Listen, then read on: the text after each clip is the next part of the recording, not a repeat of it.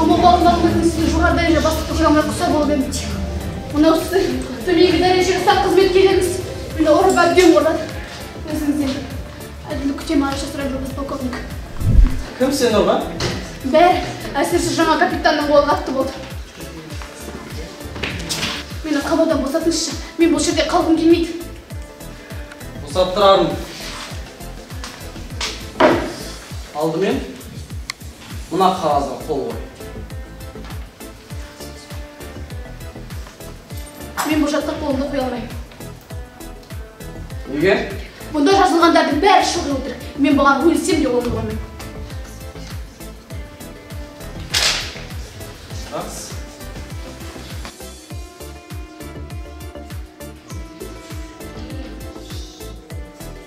Мен саған жақсы ұсынысым бар.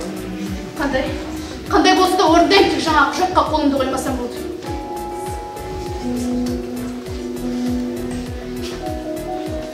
Қараш, қандай әдемісің. Ал мен сені түрмеге қимаймын.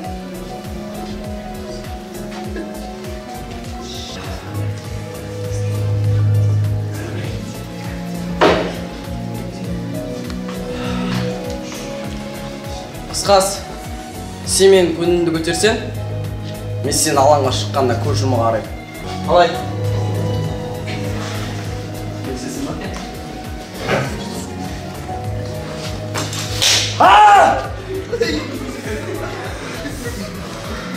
Жарайды, бұл тентектігіңді кешірем. Әрмен қарай, сусызға, не мен көңілді тауып бостандыққа шығасың, не псих больницаға алып, бүкіл өмірді жылдардың арасында өткізесің. Ол жер түрмеден де жаман. Түрмеден кеште болса босарсың. Ал жындыханада кіретін жол бар, шығатын жол жоқ. Менің ақыл есім дұрыс. Сіз мені ол жаққа қалай жібермексіз? Сенімен саудаласып отыратын уақытым жоқ. Айттым, бітті. Алып кетіңдер.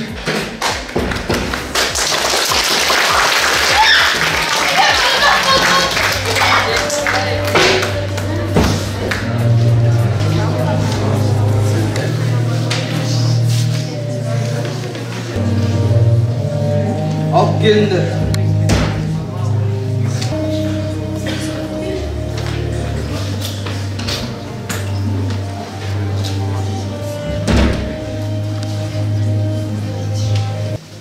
Рысқұлбеков деген батыр сенбісің?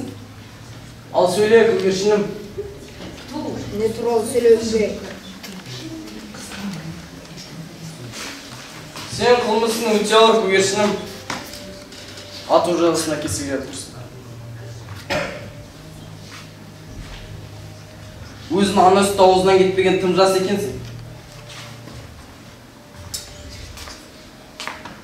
Амалдан құтылудың бір ғана жолы бар. Ол қандай жол?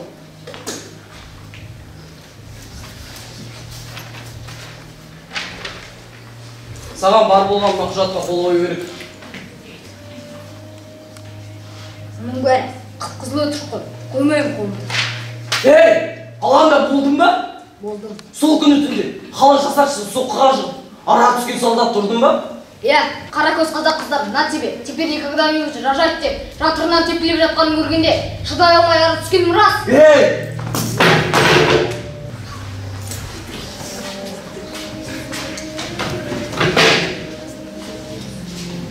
Сонда сен шыдатпаған не? Аяушылық па? Ол да бар. Тағы не? Намыс. Қандай намыс ол? Еркектік намыс па? Ол ғана емес. Тағы қандай намыс? Ұлттық намыс. Сонда өзім өлемін ау деп қорықпадың ба? Ол кезде ойлануға мұрша келген жоқ. Егер ойлансам басқаша болар еді? Төбелесмес пе еді? Ойлансам да сол әрекетімді қайталар еді. Біздің қазақта малым жанымның, жаным арымның садақасы деген бір даналық сөз бар. Тағы да қазақ даналығында. Ер бір өледі, есмің өледі. Атам қазақ айтқан, еркек намыс, қоянды қамыс өлтіреді. Тағы да қазақ. Егер тоқтайында қазақ деп қамшыштың ғой? Қазақ қой емес, ойда баққан қыз. Сіз сауатсыз деп тұрған қазақтың Әлихан Бөкейхан Бақытжан Қаратаев Досана Мардан төңкерісінен бұрын ақ мемлекеттің думанды мүшесі болған.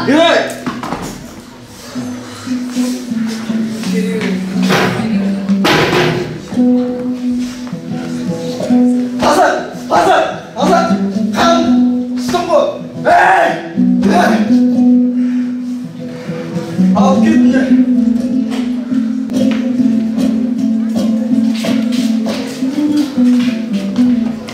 Қазақтың әрбір қызы мен ұлы да намысшыл екен.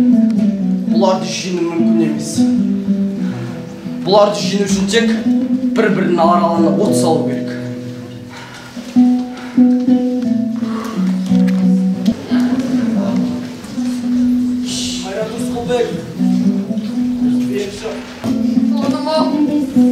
Мынау не? Кісені қой апа. Кісені не істағын? Осылай болды апа. Не болды өзі айтшы жалғызым. Бұғанан қатпай жатып қолаяға кісен салады да не білірсің? Ана сіздің дәмі. Аузыңнан әлі кетіп болмаған бекіні сәбей емессің бе? Бірақ жаспын деп те айта алмаймын. Ұлымау, әлі жиырмағады. Болар бала, 15-інде баспыңдер апа. Жас екеніңді де ұмытпа.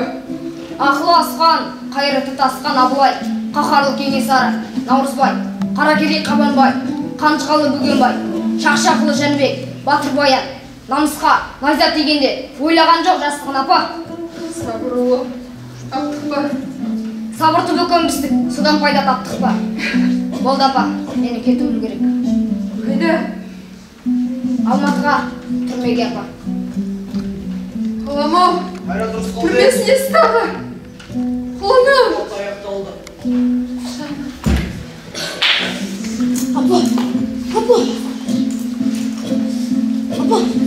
Апа.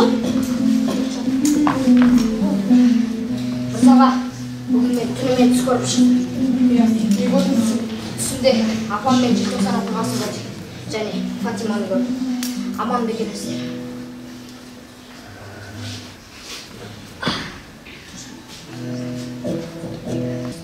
Мырзаға, осылар мені ату жазасына алып баратқан жоқ па? Апа, атама мұндай сұмдықты. Қайда мырзаға? Бұрын мұндай болмап еді. Бүгін бір түрлі жүрегім шошынып отыр. Апа, сенің ату жазаңды 15 Мен өлімнен қорқпаймын мырзаға. Менің тек қорқатын екі нәрсем бар. Бірі, жаптым жала, жақтым киіммен, жазықсыз күйіп барам. Адам өлтірмегенім өзіме аян. Екінші, олай болып кетсем, анамды көре алмаймын ау. Оның мен күні не болмақ? Қорқпа, өзің табылмақшымен сол үш бірімді көзалдың келді. Үшінші, қиындық деген тас қайық. Оған қаңғытырып жаңсаң, кетеді. Болатты жаңсаң, жетіледі. Ерлік пен ерліктің туы намыс келеді. Қайрат Рысқұлбек, бері шық. Қош бол мырзаға. Анам саған аманат. Қош бол мырзаға.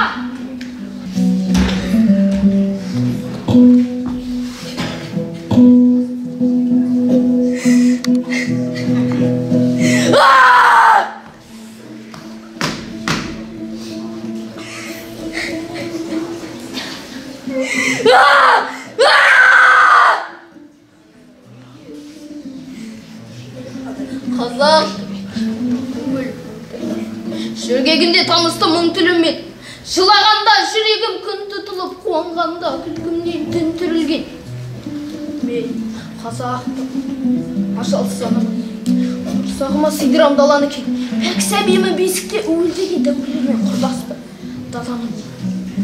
Мен жігітпін, айқасқа сыңғасықпын, жүрегі бар кеудемде шыңға шықтың, Жанартаудай жойқынмын жұлқынғанда, жарықтасам, құран боп шыңға шықтың.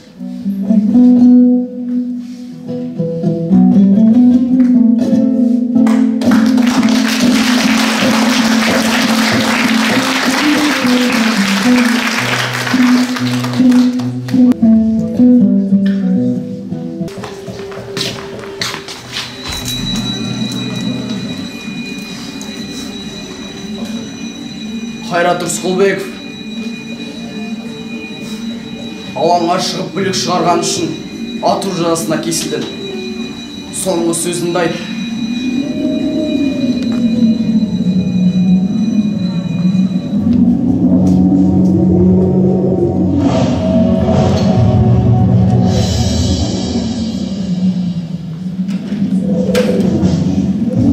Күнеден таза басым бар, 21-де жасым бар. Қас қалдақтай қаным бар, боз торғайдай жаным бар. Алам десең алыңдар. Қайрат деген атым бар, қазақ деген затым бар. Еркек тоқты құрбандық, атам десең атыңда. Ла иляха илляллах Мұхаммад Расулуллах.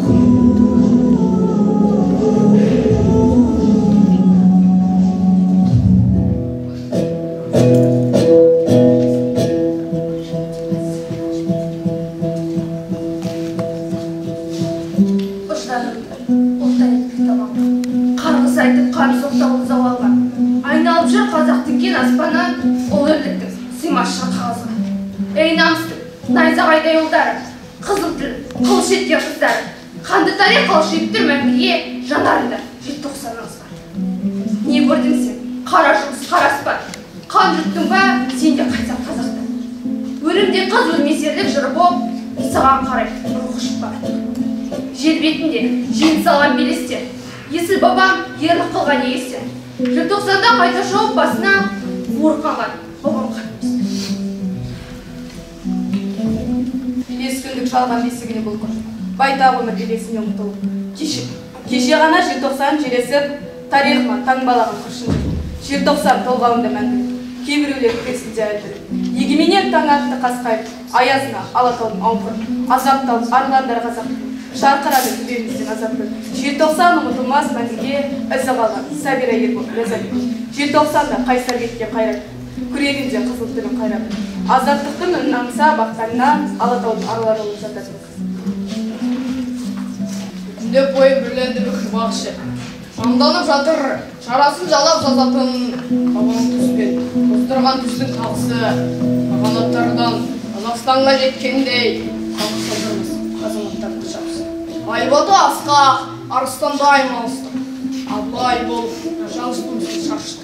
Алихан Ахмет, Міржақ Мақжан Жүсіпбек, Аталашы, құрбаны болған намысты. Қайрат пен Ербол, Сәбира ләззат көз жұмған. Желтоқсандағы ызғарлы жел қақсы. Желтоқсанда қандасының қаны бар, ұлтым деген бейкінайның жаны бар. Адам ғұрлы көрмеген сол батырдың, желтоқсанда ата-ананың жаны.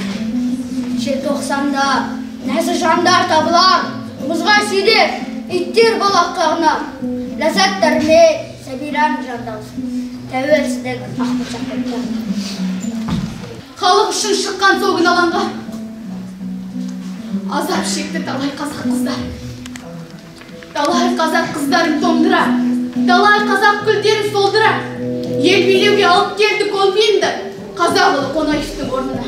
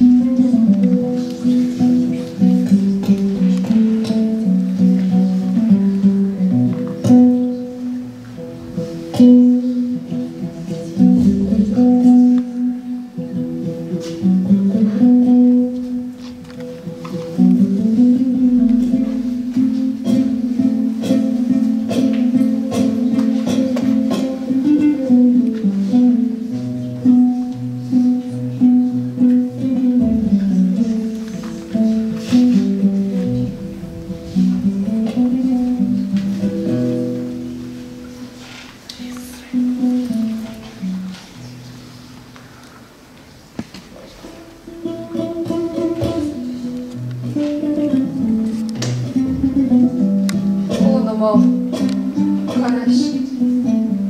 Көк аспанда жарқырап күн шығуда. Осы күннің астында ұрпағымыз еркін самғауда. Ең бастысы, олар сендердің ерліктеріңді ұмытпаса екен деймін.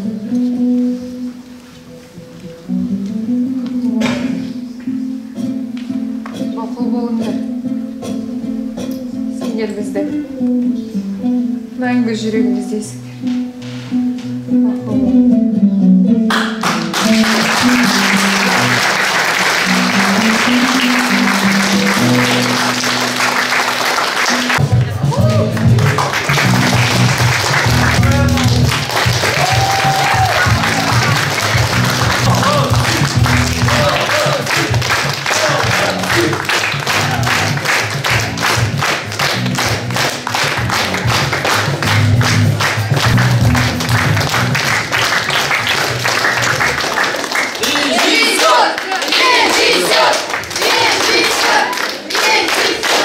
Баршаңа қайырлы күн, құрметті ұстаздар, оқушылар, баршаңызға қолдап, қошеметтеп, тырнақалы туындыны осылай құрметтегендеріңізге мың алғыс, мүмкіндік берген баршаңызға мың алғыс деген келеді. Мысалы, осы қойылымнан сізбен біз еркіндіктің қадірін білсек дейміз. Бір сұрарым сол. Одан кейін оқушылардан сұрарым, қойылым көруге дайын болсаңыздар екен, мүмкіндігінше. Біздер көбіне қысқарттық, осы оқушы түсінеді-ау деп алып тастадық біраз текстті. Ең бастысы осы балдардың тырнақалы туындысы, еңбегі, осы күн жақындағаннан бастап таңертеңнен кешке дейін дайындық. Кейбір жерде ағаттық кетті. Ол қобалжу бұлардың алғашқы қойылым, біздің оқу орталық ашылғалы бері алғашқы қойылым, өйткені карантиннен ең шығып жатқан оқушылар, сондықтан бір шапалақ соғып қойсаңыз. Шын жүрегімізден қабылдадық, түсіндік, оны жеткізе білген осы актерлік шеберлік үйірмесінің оқушылары сіздерге тек қана шығармашылық табыс, болашақта алар асуларыңыз биік болсын. Сіздер мектеп табалдырығындағы сахнада шығып, осы біздің алдымызға халықтың алдынан шыққан болсаңыз, енді киелі сахнаға шығуға бұл жол деп есептеңіз. Көп рахмет сіздерге, жандос. Әрқашанда осылай үйірмеге қатысатын оқушылардың міне, одан да басқа бар болар. Осы оқушылардың ішінен қатысам деп ұмтылатын болса, біз тек қана бұнандай қиын жаңағы желтоқсан желі сияқты қойылымдар емес, бір көңілді біздің Қазақстанның халқының әдет-ғұрпы, не болмаса басқа қойылымдарды біз өзіміздің сахнадан көргіміз келеді. Табыс тілеймін.